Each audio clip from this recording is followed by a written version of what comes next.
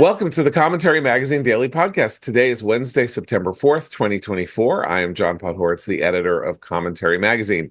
With me, as always, executive editor Abe Greenwald. Hi, Abe. Hi, John. Media commentary columnist Christine Rosen. Hi, Christine. Hi, John. We will again be discussing Christine's new book, The Extinction of Experience, toward the end of the show. It comes out in 6 days, and you should pre-order it at Amazon, and we will give you more details later. Also have Washington commentary columnist Matthew Continetti. Hi, Matt. Hi, John. And our senior editor, Seth Mandel. Hi, Seth. Hi, John. So much to talk about. We have more to talk about. Israel. You know what? We didn't talk about this in the pre-show, but I want to do a brief 1-minute thing about how social media distorts the national conversation in weird ways. So for 2 days, if you are a person on Twitter or in social media conversations, part of that conversation has been dominated by a psychotic interview by Tucker Carlson of a guy who wants to argue that Winston Churchill caused World War II because he was in the pay of the Rothschilds. He is some kind of substacker. I'm not going to mention his name. You can find it if you want to.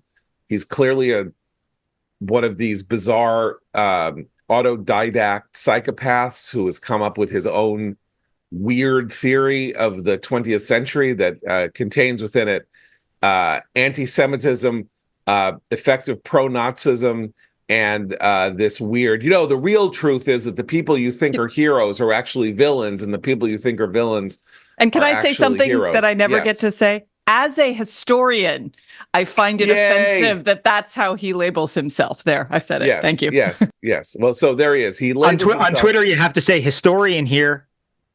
That's true. Here. Very good. That would be very good. Anyway, I don't want to talk about this because have the discussion about how this guy is wrong, because he is wrong. I want to talk about this question of the way in which a wild opinion that is being retailed by somebody with a following has the same effect as any look, hey, squirrel moment for a dog. Like you're walking your dog and there's a squirrel, and then you're out of it because the dog starts crazy going after the squirrel. You're on the leash, you're running after the dog is pulling you, you're on the leash. And this happened, and it's like we're in the middle of a presidential race with 63 days or 62 days to go until we're choosing the president of the United States. Weird stuff was going on yesterday where nobody was on the campaign trail, so maybe that had some effect on this. But this gets to maybe we can talk about this in relation to Christine's book. But I was very, very disheartened, and once again, I actually want to take this moment to apologize to the American people, to history, and to intellectual seriousness for my actually pretty central role in launching Tucker Carlson's career 29 years ago by hiring him at the Weekly Standard, where he became a kind of star profile writer and analyst. And that is how he first got on television. And I really do believe that when I am forced to account for myself in Olam Haba, the world to come, my role in promulgating the career of this actual villain of current American history, who is now seems set upon creating a counter story, Howard Zinn-like, of the 20th and 21st centuries, in which Jews play a malign role, and which in some fashion, whatever has happened to Jews since the beginning of the 20th century is either our fault or the people who did things to us that were bad, they didn't really mean it, and other forces, malign forces, were manipulating them into doing terrible things. This is it's beyond grotesque. It's a classic anti-Semitic trope. You blame Jews for their own victimization, and it relates to what we were talking about just the other day regarding Israel and the murder of the 6 hostages by Hamas. It should be said, this idea that the Jews were behind World War II isn't new. This autodidact, whatever he is, it's not like he came up with the novel theory. Pat Buchanan published a book arguing not really the Rothschild dimension to it, as far as I recall, but arguing that World War II was unnecessary in 2006. Right. And of course, Well, that was Charles Lindbergh himself Yes. said in his Yes. speech in Des Moines, Iowa in 1941 that the only people who were calling for the war were the British, the Jews, and the I think the liberals were the third Right. group. Right. So this is a classic trope, and we've seen it again and again. What I think is interesting is two things. One, we're talking about it because it appeared on social media and because Tucker Carlson is connected to this presidential campaign. He spoke at the Republican convention.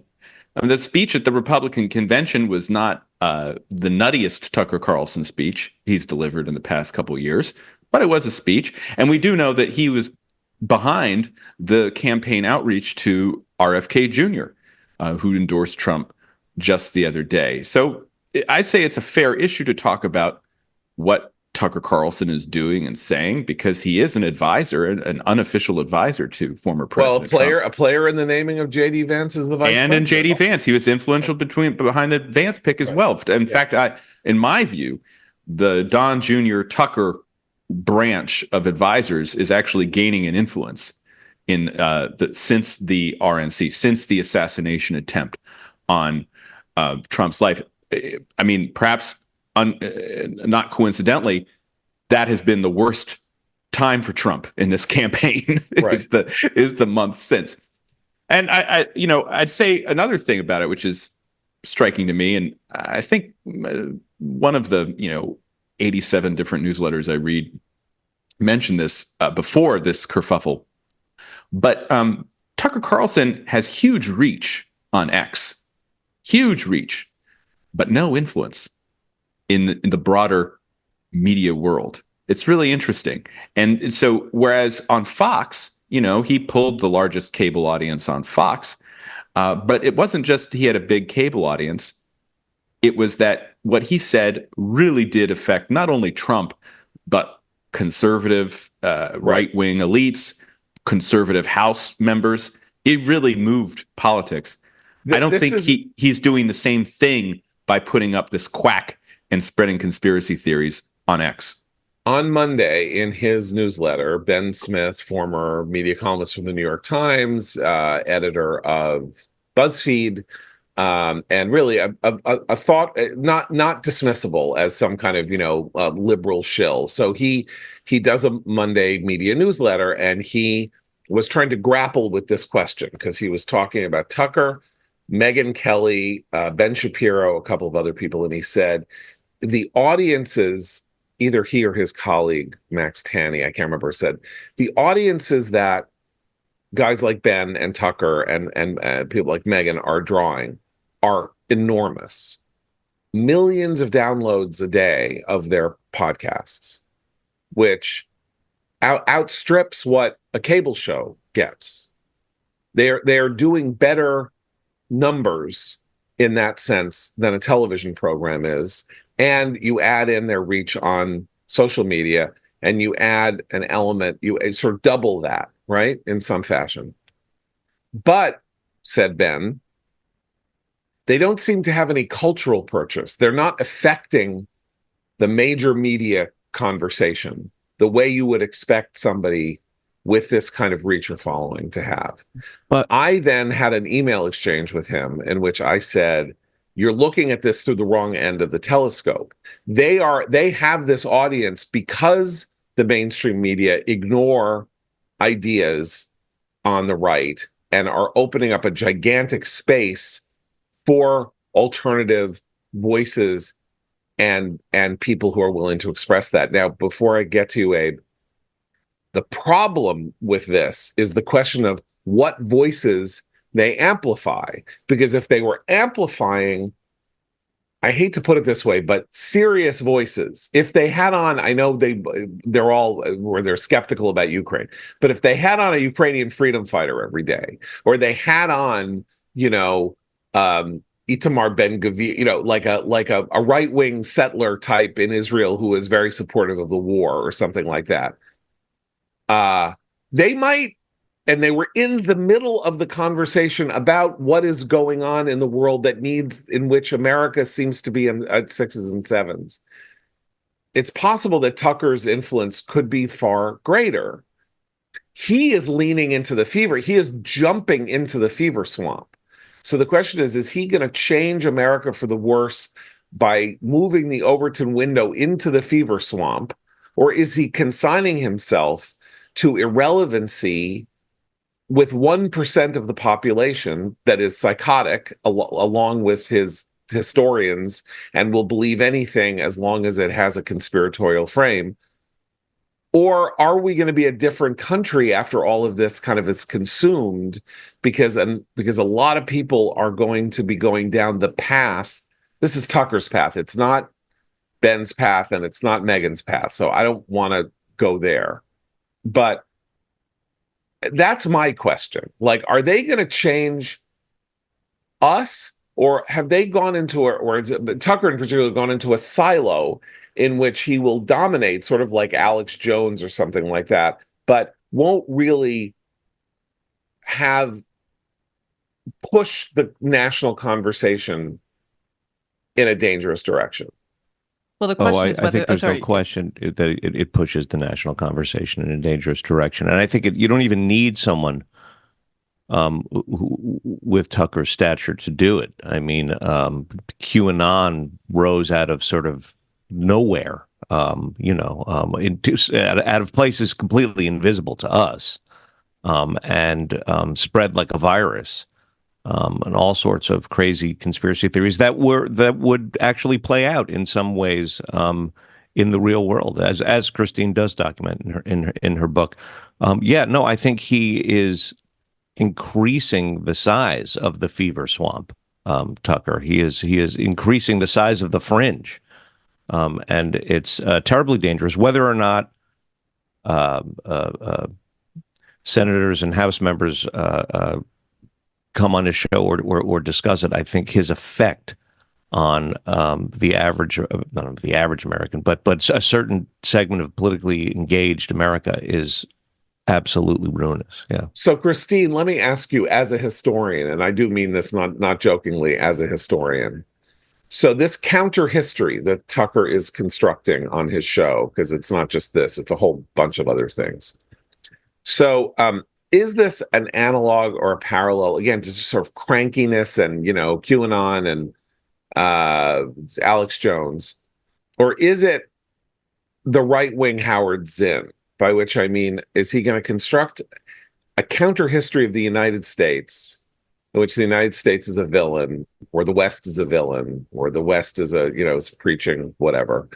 The NatCons have this too, right? That somehow, the NatCon history, Yoram Hazony onward, is the West took a terrible turn when it went for John Locke instead of Harry Schmedlap, the 16th century pamphleteer that no one ever heard of before, as opposed to one of the greatest of all philosophers. And so the West was ruined in the 18th century. That sounds right? like a Woody Allen New Yorker piece from the 70s. Yes. The lost discourse of Harry Schmedlap. Schleck and Schlapp. Yes. John.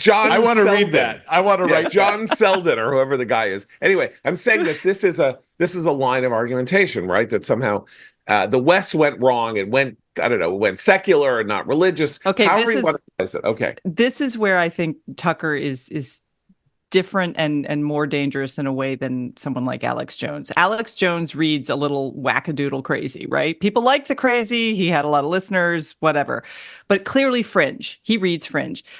When people who used to love to watch Tucker on Fox News see Tucker now in his, Unabomber main cabin, they think, oh, it's Tucker. Like, they recognize his face. His demeanor hasn't changed that much. They trust him. There's a kind of level of trust that I think what he's doing is bridging that gap between the intellectual right that wants to rewrite history in the Howard Zinn style and the populist right, which doesn't usually care but likes now to have that intellectual heft. He's bridging that in a way that really concerns me. They're not just doing it with the history of World War II. They're doing it about things like, the eugenics movement and all kinds of nationalist-inspired stuff that, as Matt's correct to point out, has been kind of percolating on the right for a very long time. But was always sort of cordoned off. He is a potential bridge there, and that worries me. The same thing with Candace Owens. These are people who bring their past legitimacy to bear on their current crazy, and that is concerning because everyone's capable now of creating their own political reality and only consuming things that endorse that reality.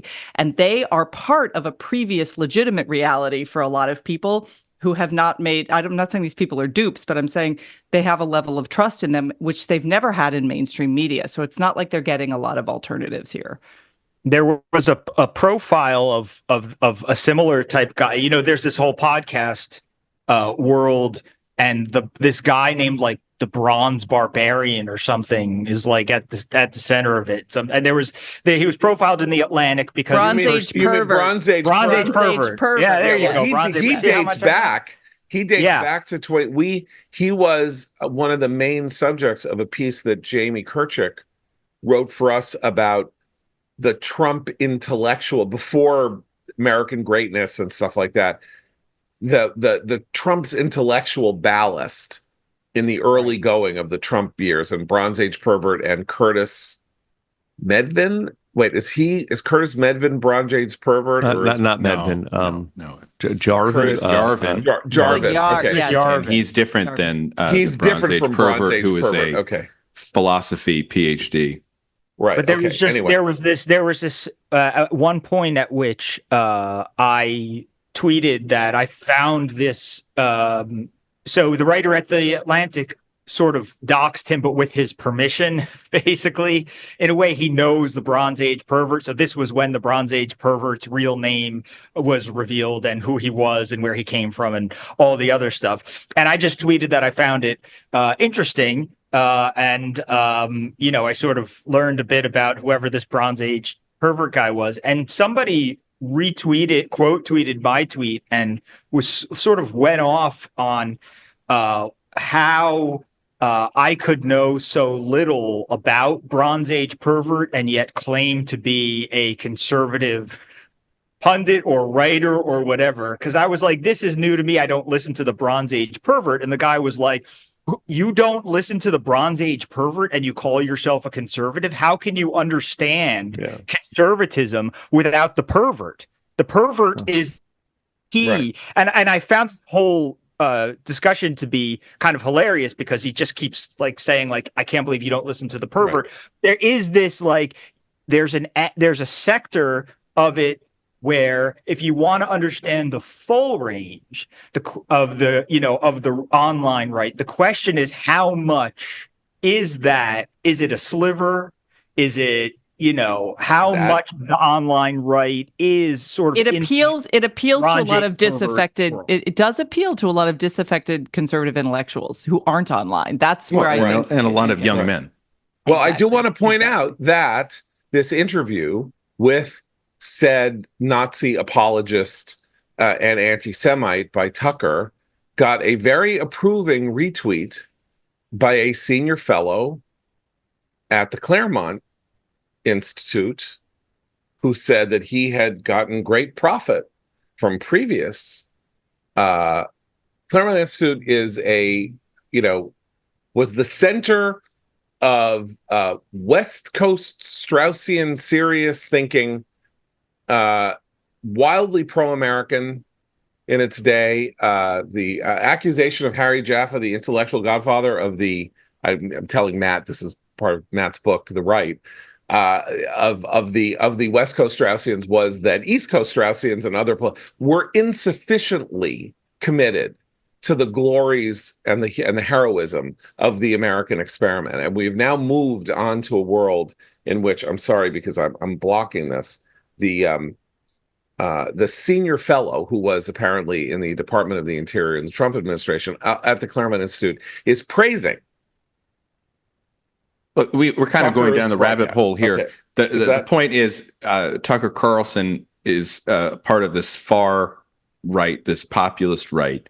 He's mainstreaming or attempting to mainstream, or not necessarily even mainstream, but stream into the right and populist right discourse these extremist figures, right, who have a anti-American worldview, that often engage in anti-Semitism or dabble in anti-Semitism, and this is a problem for people who want to have a conservatism that can appeal to everyone, that it does not have any truck with anti-Semitism, that is pro-American and has a optimistic view of the world, that centers freedom in its discourse. And whereas this new group, freedom is not among its concerns, nation is, strength is, and that's a long-running issue on the right, and one that I think will, it's not going away. And something I think about a lot is, what does a Trump second term do to this group? Does it embolden the group?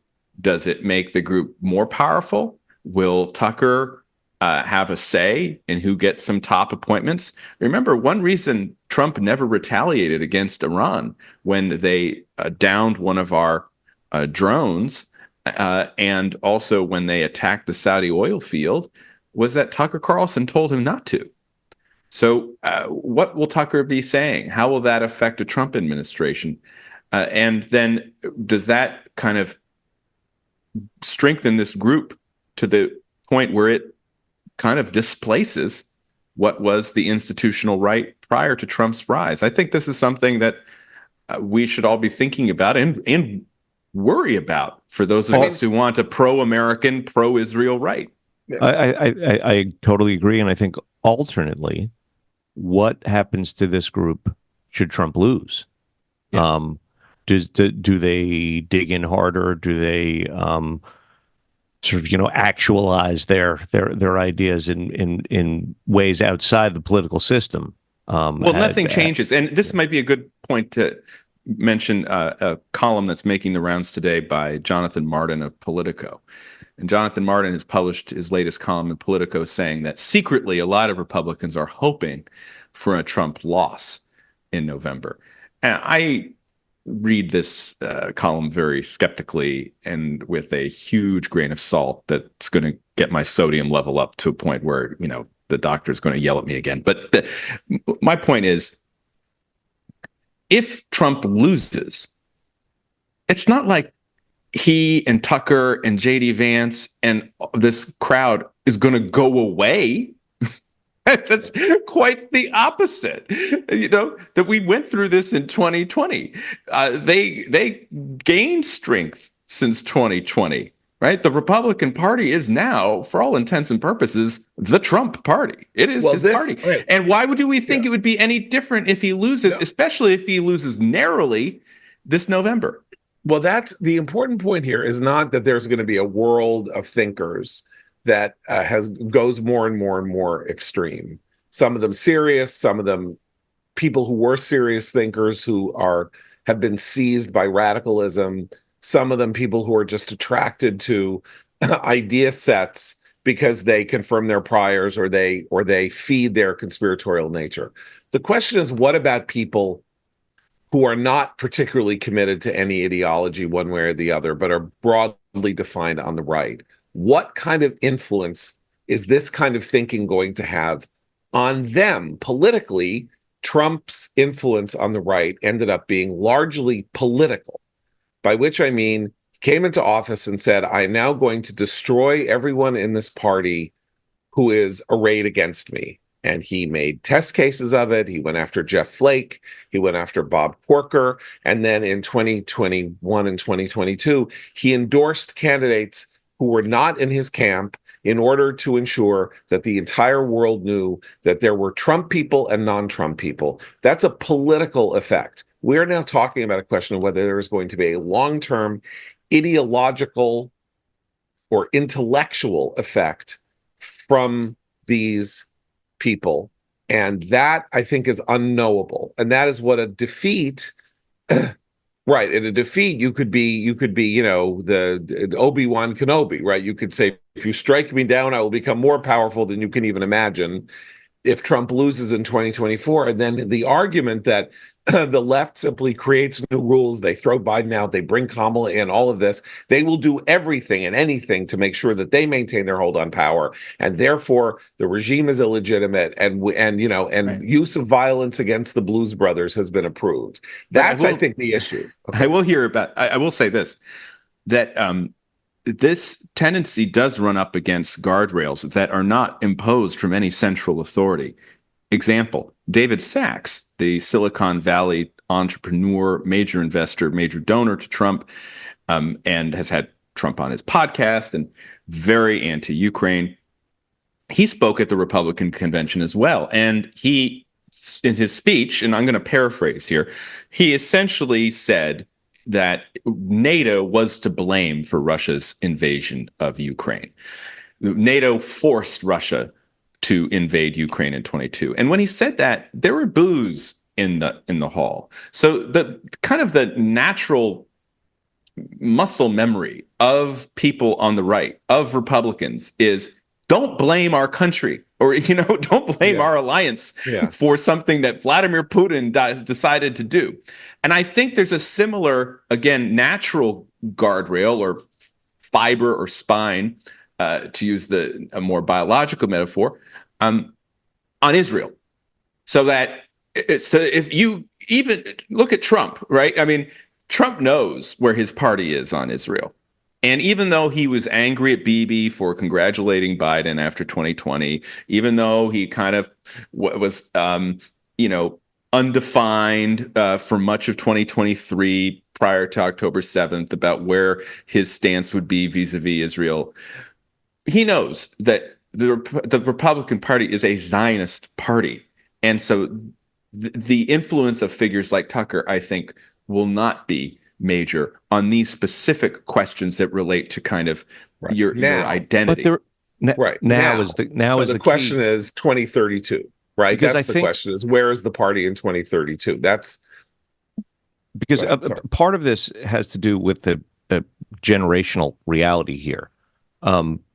Trumpism has been with us for really a decade now in some form, and I'm sure I have, and I'm sure we all have met young, self-described right-wingers who have no idea that the right or conservatism is or was ever anything but this. And it's a scary encounter when you have those conversations, because there's only going to be more and more of that. So the muscle memory that Matt talks about is real. But you have to have people who have that muscle memory still around. And so, by the way, some of the younger generation are running for office already. This, by the way, gets back to Christine, the historian's perspective, because there's a genius, not that I think that this is calculated, there's a genius in situating your arguments in 80 years ago or in 1619 or something like that, which is, these really are things about which people under the age of 50 know unless they are wildly educated or concentrated on it, know nothing. So a person who is listening to Tucker, who is 24 years old, knows nothing about the origins of World War II, about Hitler, about Churchill, doesn't know that Churchill was a hero, and therefore you can pour as though it is totally fresh wine. You can pour it in their goblet and they can drink it down and say, oh my God, this is the most delicious thing I've ever had. I wouldn't say they know. I wouldn't say they know nothing. I say they know. I would say they know just enough, and they're at just the perfect age to embrace a contrarian view, and they think that makes them kind of smart in a way that Tucker feeds that. I mean, I see why it's appealing, particularly to young people who've had a very fragmented and negative view of their own country's past. Well, we've seen it on the left for decades. It's the Oliver Stone view of the world. That's why I said that. It's just migrated to the populist right. Right. So we know what it is, and I know there's a certain type of young man who becomes interested in politics, and who is just grappling for kind of sources, and they come across what's most viral to get to Christine's book on YouTube primarily. And then they come to me and they say, oh, when are we going to start talking about the Illuminati? And I have to say, well, that's really not where the conversation ought to begin. Let's back up a few steps. Yeah. And so what's new is that I used to get this mainly from people who were college students and who were kind of apolitical or just liberal, kind of bobbing along in the river of American culture. Now you get it from people, again, young men in particular, who are trending right hard, who are saying, hey, well, what about Tucker? And what about this? And the problem, and I think Christine hit on it, is that some of the things that Tucker says about how elites lie to us are correct. So you have to take a scalpel. That's the whole You have to thing take at the a center scalpel of and this say, is like well, you can't trust, mainstream, and conservatives the right has made a lot of hay out of that in very legitimate ways over the years, forming its own alternative media, right, and stuff like that. Because there was a need for it. These guys are trying to, I think, ride those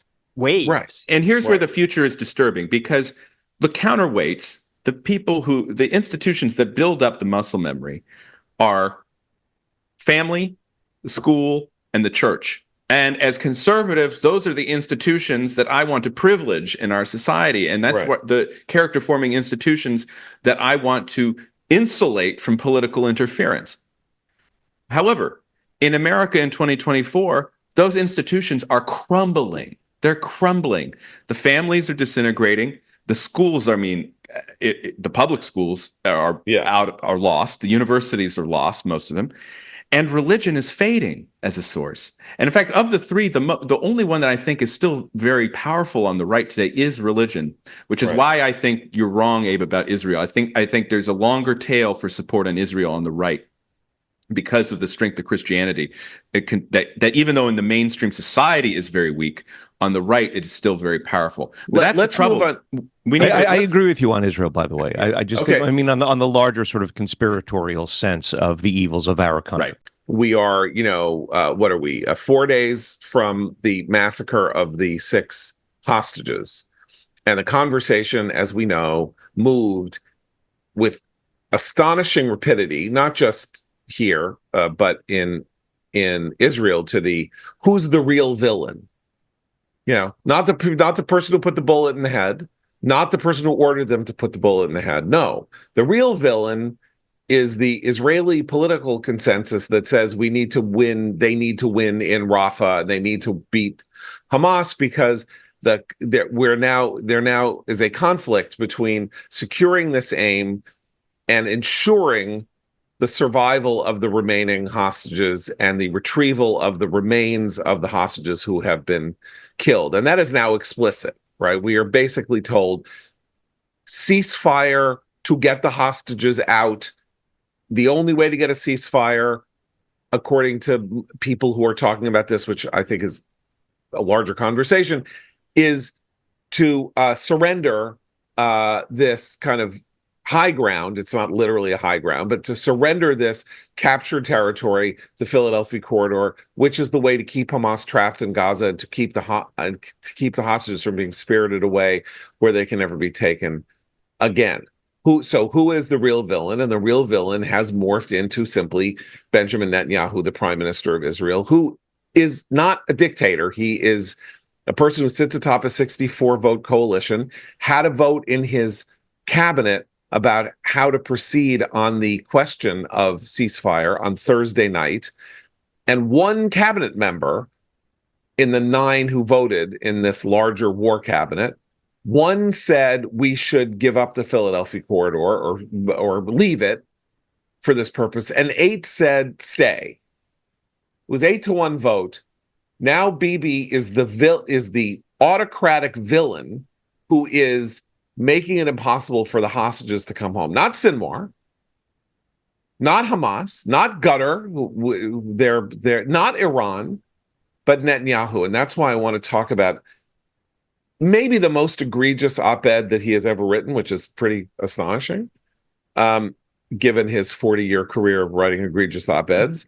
But Thomas Friedman today has an op-ed in which he basically says that Netanyahu does not want to make a deal to get the hostages home. He doesn't care about the hostages. He's not interested. He wants to maintain his place in power. And that's not just it. It's not just that he needs that domestically.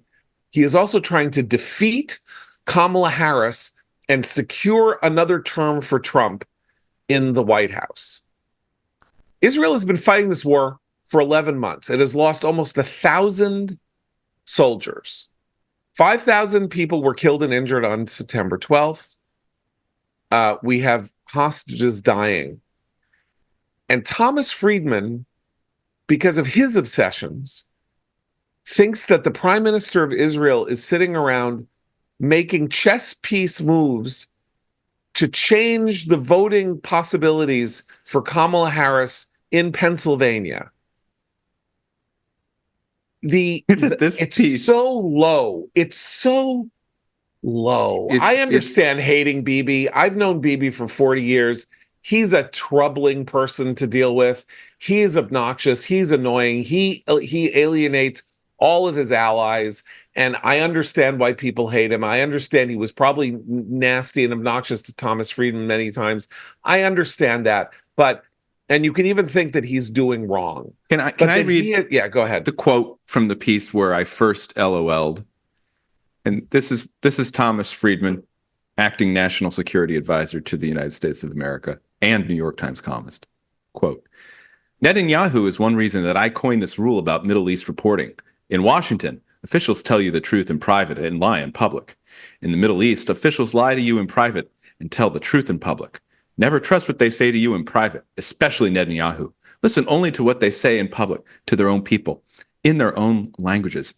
Oh, that's really interesting, Tom. I don't know. There's been this 40-year conflict.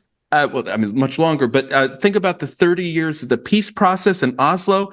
All throughout the Oslo process, who was telling their own people in his own language what he was really up to?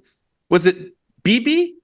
Or was it Yasser Arafat, the genocidal terrorist founder of the PLO, who would tell the Americans, oh, yes, I'm for peace, and then turn around and say in Arabic, this is phase one of our plan to end the Jewish state and kill all the Jews. And somehow that didn't land on Tom Friedman's reporter's notebook. Maybe a cab driver never mentioned that he should be paying to what Yasser Arafat was saying in Arabic. Instead, he's saying that Bibi in both English and Hebrew is saying, we need to defeat Hamas and we can't give up the Philadelphia corridor or else Hamas will come back.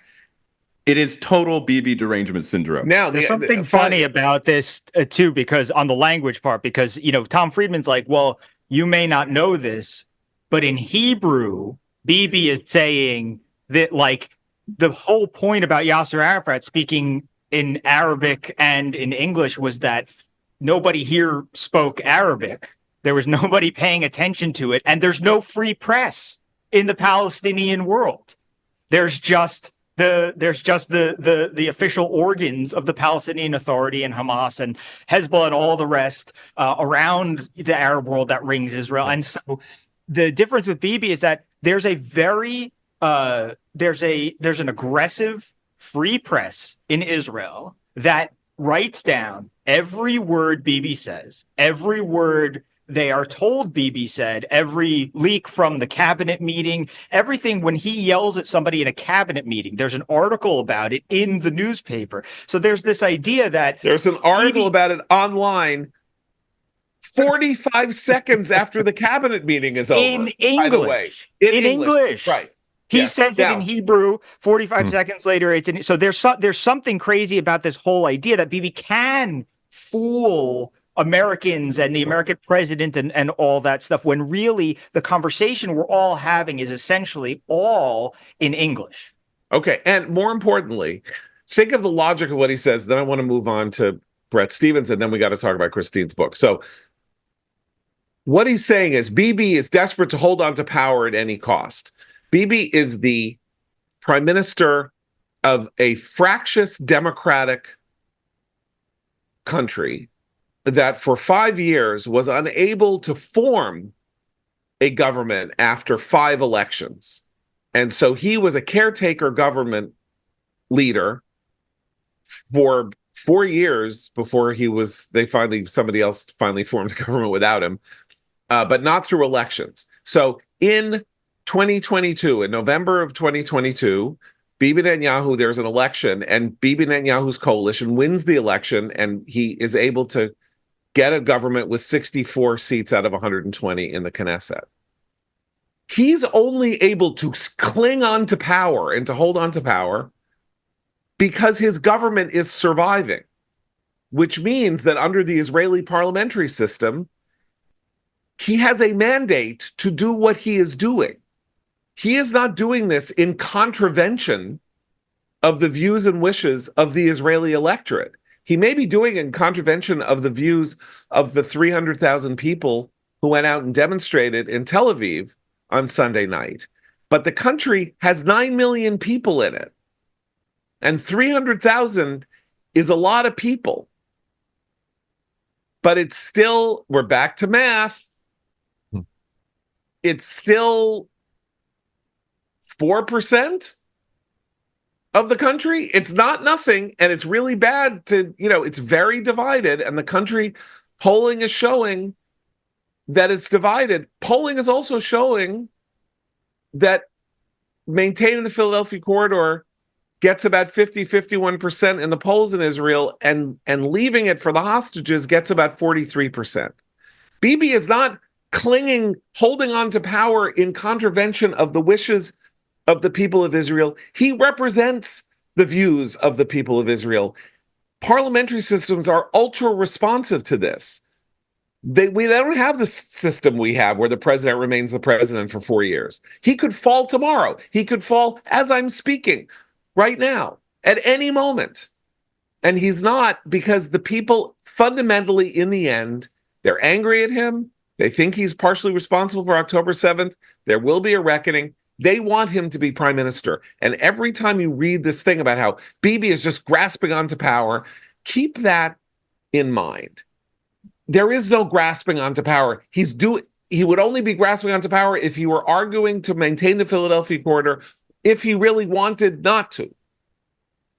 And it was against everything that he stood for, but in order to maintain his place on Aza Street, where the prime minister lives, he argued that instead. Now, can we take 2 minutes to praise our contributing editor, Bret Stephens, commentaries contributing editor and columnist for the New York Times, for the only op-ed published, as far as I can tell, in the United States, in a major newspaper or a major place in the last 4 days, that is willing to argue that the hostage deal is a trap, that this is a poison pill, that what Sinwar wants and what is being argued is a path down the road to another October 7th, not now, but kind of like how when you let out 1,027 political prisoners in 2011, and one of them was Yahya Sinwar in exchange for one hostage, Gilad Shalit, you led directly to the murder and injury of 5,000 Israelis 12 years later. And that is the case that Bret makes in this brilliant op-ed. And we say it and all this, but it means a lot. And I think he's to take a real risk publishing that where he's publishing it. God knows what his mail looks like. God knows what looks he's getting in the building. God knows what things are happening in the New York Times Slack arguing that he's a monster, and he did it anyway. And I think he deserves our celebration. Now we really got to move on to Christine's book, The Extinction of Experience Being Human in a Disembodied World. And indeed, our first half of the show talking about this question of the mediated history, mediated world history on the internet brings up many themes that Christine discusses in her book, The Extinction of Experience. Go to Amazon, pre-order. It'll be in your mailbox on Tuesday night for you to read in your Kindle or read in the hard copy. I believe probably the logic of Christine's book is that you should read the hard copy. Oh, no, I won't judge. You can buy the Kindle. Okay, fair enough. Okay. You're a Kindle user. Okay. Yes. Christine, we talked yesterday about how people are increasingly not having experiences the way that they used to, because the experiences are being mediated through photographs or curated or however they're not feeling things. They're feeling things through a filter. And then the second, what I want to talk to you about today is the question of why that filter exists and what it's for, because obviously it didn't just happen the way, to quote my favorite source of everything, The Odd Couple, when Felix doesn't understand why you can't just pour gravy, Oscar's, and why you can't just pour gravy over a burned piece of meat, and Felix says, where am I going to get gravy? And Oscar said, well, I just thought it came with the meat. So it's not like just out of the goodness of its heart, the internet created all these wonderful mediated experiences and filters and things like that. It's capitalism. Yes. No, I mean, these were designed to profit the companies that built them. We all know that. I mean, the old saw about how if you don't, if the product's free, then you're the product, about Facebook in particular. But that's true. I think the difference now is that these companies, we seem to have accepted the fact that they gather all this data about us because we like to use their services. That's fine. That's a trade-off you can make. As an adult, I have different views about that for children. But the whole user experience model, I think, is what starts to challenge our understanding of the kind of society and the kind of culture we want to have. Because user experience, which is the phrase that's used by designers of these platforms, is very focused on engagement and getting you to return to their platform over and over again. And they don't really care how that happens, right? So if you're really angry, you're going to be on that platform a lot more, arguing with people, arguing with strangers and whatnot. That's good for them, but is it good for us as a people? Is it good for our politics? Is it good for our culture? Is it good if you're an awkward teenager in middle school who is worried about fitting in and everyone on Instagram is judging you viciously? Probably not. So those trade-offs are actually they're not things that can really be legislated or regulated, or, a lot of the systems we have in place to protect people from harm don't apply here because we're choosing this.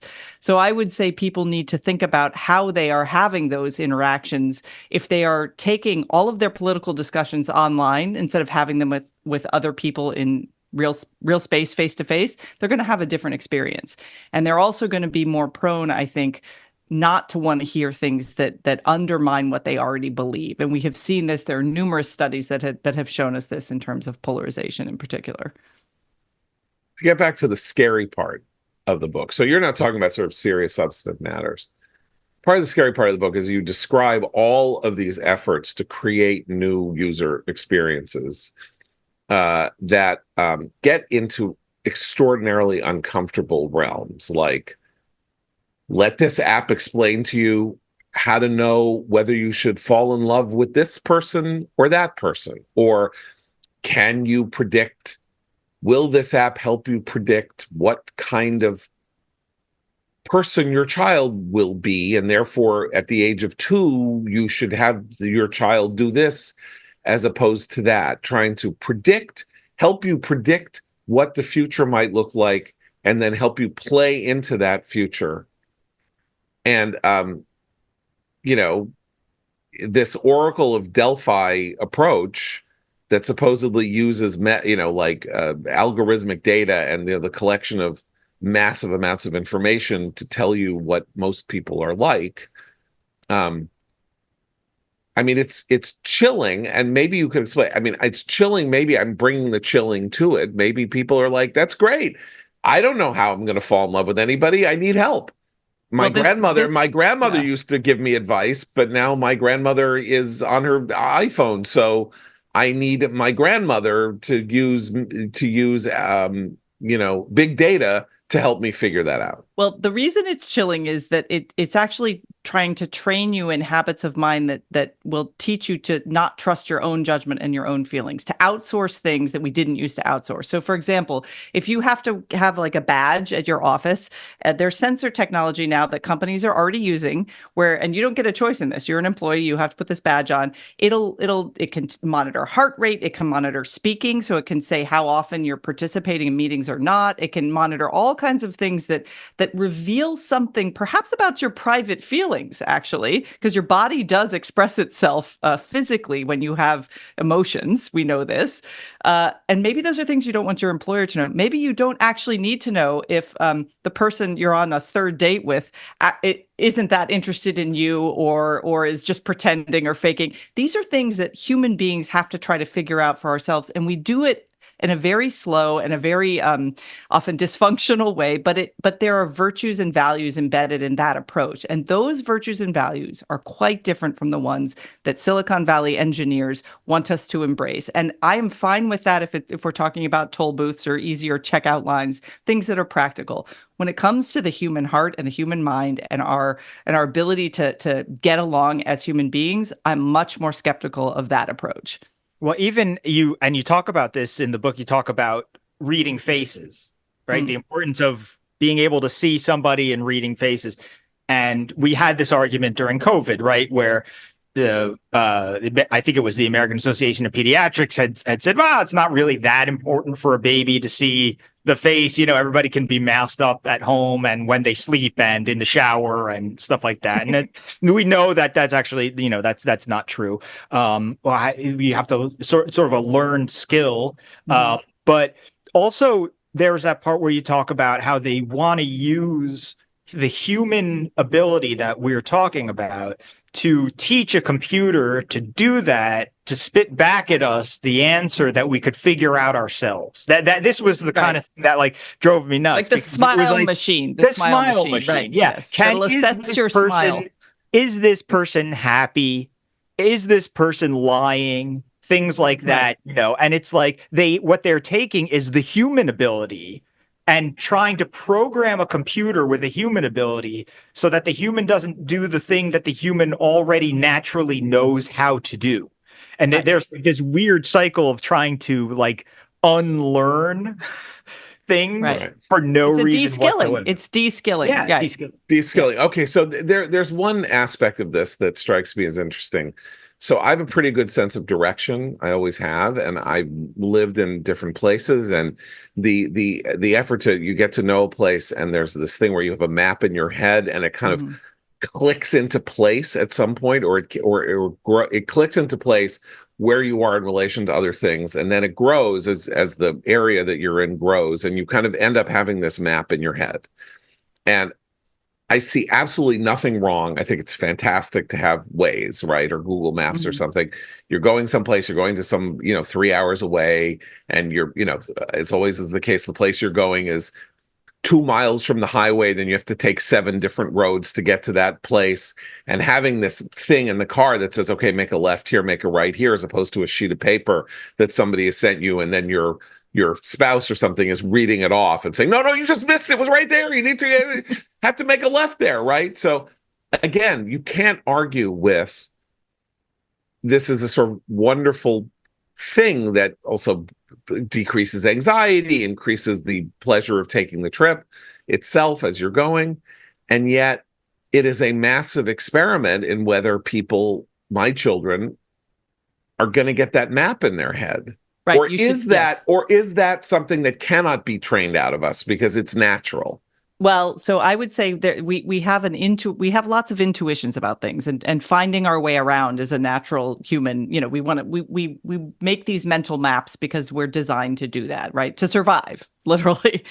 The challenge now is that you can grow up in a world where all of that is outsourced and it's much more sophisticated. It's real time. It'll warn you if there's a speed trap ahead, all of these things. It's also, by the way, designed to profit the platform because they can get advertisers to say there's a McDonald's at that exit or there's a Chick-fil-A here. Like that, there's a lot more information you're getting than just directions. It's important for people to remember that.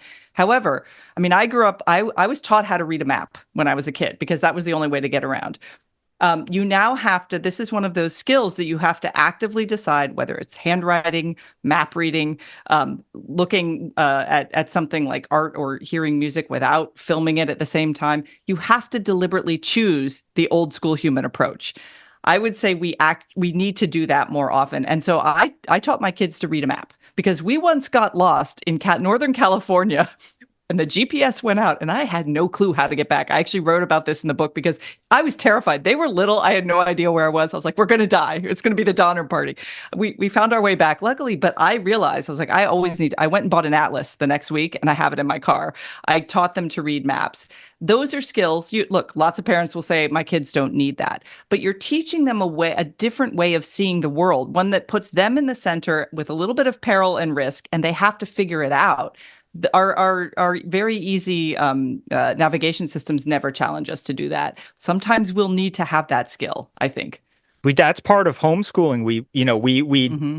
We had exercises with the kids at one point where they had to draw a map of the neighborhood. They had to go outside. That's great. Yes. And they had to draw a map of the neighbor, and they had to learn scale to do that, because it's like, oh, I'm going to draw a picture of the swing set across the street. Yeah. And then you see the picture's like a giant swing set. Yeah. It's like House. the New Yorker's view of the world, from like 9th Yeah. Avenue, whatever. Everything is tiny. It's like this giant swing set and everything else is tiny. But they also learn how to do those things. But when I started as a reporter, when you're a young reporter, a cub reporter, you're covering these podunk towns out in the middle of nowhere. You're not covering like Manhattan or Washington, D.C., where you can almost follow the crowd even if you don't know where you're going to a certain degree. So I spent so much time driving on old farm roads, completely lost, because when I started, I didn't have GPS, and my father gave me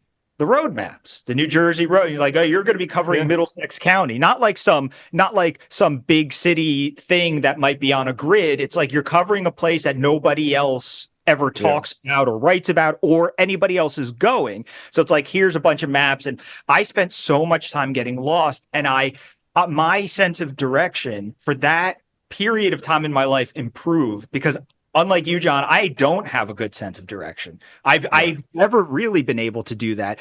And that period of time, that getting lost, really actually helped me like be a better thinker about stuff. And then of course, right after that, we got those GPS things. So yeah, I mean, I think it is like, when I think about the kids drawing the map, it's like the way to be able to picture something. Right. It kind of reminds me of the difference between reading a book and watching a movie, where you have to be able to use your brain and to also construct the scene. When it comes to kids, if you're outsourcing things that we are evolved to do, there's reason to believe that you're halting neurodevelopment. I mean, in using those systems that we have in us, they can atrophy. They do, yes. And we have studied, there's been fascinating research over the years about what skills children learn looking at a face to face. When children are born, that's the distance they can see, is when you hold a baby, it can see your face. Like we're designed this way. And then they do studies where they say, will they learn if someone reads to them where they can see the face on the screen and they're reading a book to the kid versus someone in person with the kid. Children learn next to other human beings, talking to them face to face. They gain a huge amount of knowledge just from looking at another human face. And it's different when they look at that face through the screen. So I've had debates with lots of friends, and they're like, it's great. I can FaceTime. I can see my grandkids. It's wonderful. You're trying to take that away. No. But when that starts to replace actually being in their presence, that's just not a good thing. It's, I have, as I have some objections to your to the apocalyptic nature of your argument. I really didn't think I was writing a horror book, but I guess I am. No, but in the sense that tools are tools, and so presumably the first time that somebody invented a hammer, somebody said, "This is terrible. We have rocks everywhere. Well, they said just it about use rocks." And what do we need this for? Right. People are going to use it to hit each other over the head with. That's terrible, and all of that. It's a classic problem of technological advancement, that the people whose time of technological advancement predated the newer technological advancements to say, well, this is really terrible. I mean, the comedy of sort of like, well, television wasn't so bad compared to the iPad's terrible because it hypnotizes kids, and then 20 years earlier it was like television is the worst thing, no one should be allowed to watch television. And comic book, there was congressional hearings on the evils of comic books, and however you want to, all of that. So the question is do you see a balance possible, or is the very nature of the algorithmic system, which is that the companies that create these mediating devices have the ability to learn second by second the ways in which they need to refine, improve, hypnotize, addict people to their products? That's not going to stop, right? It's not. It's only gotten increasingly more sophisticated, right? And that's not only, right. The comic book didn't read you while you read it.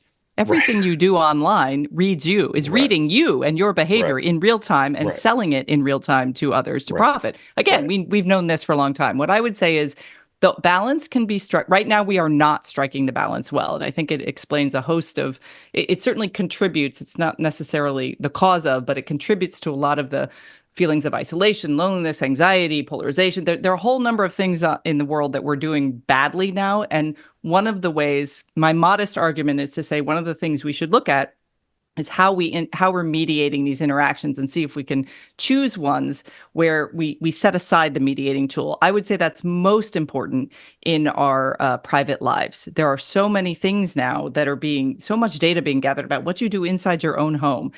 And humans need a backstage, right? We need a private space where we can just be our weird selves, and that we're not judged, sold to the highest bidder for advertising dollars, or told on to, I don't know, governments or whatnot. I mean, if you look at China is a future where the citizens do not have the freedom to make the choice about how much their government knows about their daily behavior. So they have a social credit system. There are plenty of people in Silicon Valley who think that would be nifty because it's very efficient. It's very good for their bottom line. I think that undermines human freedom. It undermines a lot of the values that we hold dear in this country in particular. But we do need those private spaces. Those are being invaded from day one, if you're a kid these days, with toys that read, send information back. Everything's, this connection to the internet means you no longer have a private space. So choosing, and everyone's going to make a different choice, right? And, this is where I become a conservative who doesn't think the government should regulate all this stuff. If you're an adult and you think your kid should be on an iPad from birth, great. That's your choice. But when your kid struggles later to learn to read or write, that choice will have a consequence. And we know this now. We have enough research to show that some of these choices, with technology mediating the lives of children and young adults, have negative consequences. I do think it also really undermines our appreciation of deeply human things, art, literature, music. It's messed up our politics in significant ways. I am more pessimistic, but I do think we can strike a balance, but we have to ask the right questions to begin with.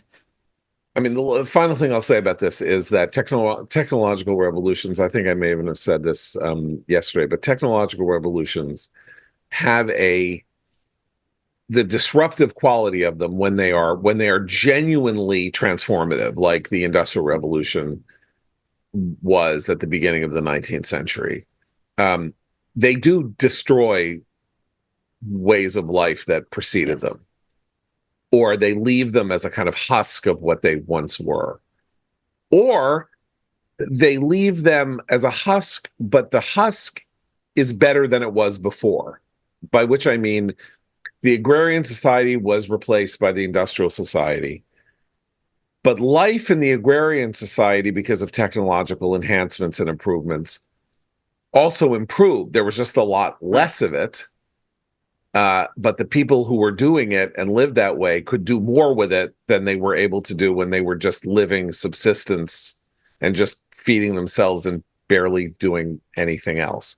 So I guess the big question is this on a par with the Industrial Revolution, in which case we should have natural optimism about where this is going, because all of these rules that we no longer have will somehow reform. I don't know how or where or how it's going to happen, but human societies need rules, and the rules have been shattered, but it's not like then we're just going to be living in a world without rules. Well, we won't be living in a human society at all if we continue down a path where we outsource things like the care of the elderly to robots, or, therapy for people who are in mental turmoil to an AI-fueled chatbot. That's the direction that I think some people in our society want us to head. Again, it's convenient. It makes money for people. It seems easier. But what I would argue is that we're still human, and we actually need to defend the things that make us special as human beings. We didn't used to have to defend the human. You didn't have to defend it. I mean, look, people complained about the railroad making everyone go too fast. That was going to be terrible for everyone's mental health. So I know about the history of technological moral panic. I'm not panicked. I'm more concerned that the things that a lot of the expressions of social breakdown and individual suffering in our society right now do have a common thread. And a lot of that is that we are distancing ourselves from each other, and we're doing it because it's easier to live that way. I would say we actually need to reintroduce some friction, the frictionless this or that Facebook and others all promise us. That promise was fulfilled, but we're not happier in all of those situations. So we need to look at the places where that promise actually didn't deliver for us as human beings. The Extinction of Experience, Being Human in a Disembodied World by Christine Rosen. Go. After you finish this, if you're in your car, pull over to the side of the road, boot up Amazon. Again, it's being released Tuesday, September 10th. So we will talk about this again on Friday. We will have a mediated day without you tomorrow. Yes. We'll return to this conversation and hope that we are helping you launch your book as it should be launched. Thank you. I appreciate it. For Abe, Christine, Seth, and Matt, I'm John Podhoretz. Keep the candle burning.